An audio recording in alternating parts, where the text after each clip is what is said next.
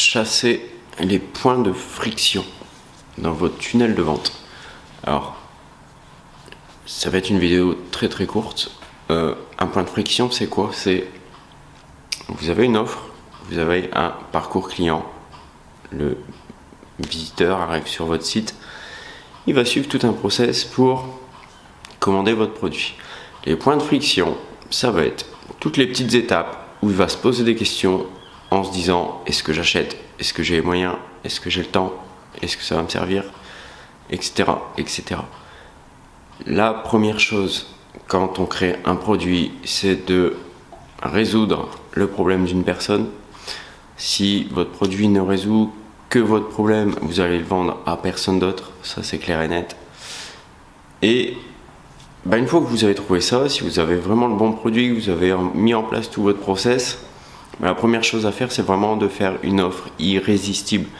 Et quand je dis irrésistible, vous le trouverez, je ne sais plus qui avait dit ça, je me demande si c'est pas Hopkins, qui disait que il faut réussir à faire une offre que seul un fou refuserait. Faites tourner ça dans votre tête, créez-vous une offre vraiment irrésistible.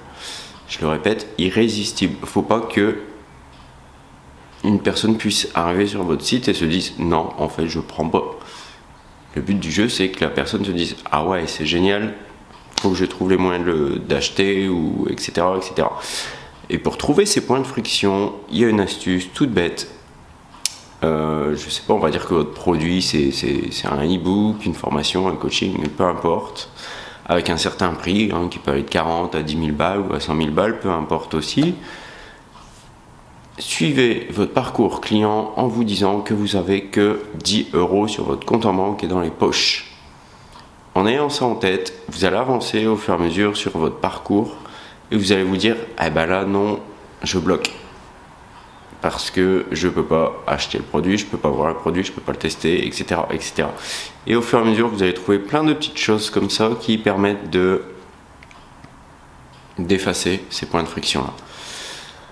Il y a des méthodes beaucoup plus radicales. Moi j'en ai une qui fonctionne très bien, parce que je me posais des questions pour un logiciel que je vais vendre sous forme de SaaS. J'ai fouiné un peu le web, je suis tombé sur un truc vraiment excellent que je vais reprendre dans le Tipeee, dans le numéro 3, parce que ça efface beaucoup de friction, notamment au niveau de l'offre. Et vous allez voir que c'est plutôt puissant. Alors le Tipeee, c'est quoi? C'est mon petit magazine trimestriel envoyé par la poste. Si ça vous intéresse, suivez le lien dans la description, ça mène à mon site, à ma newsletter. Vous entendrez parler du Tipeee, forcément, j'en parle tous les jours.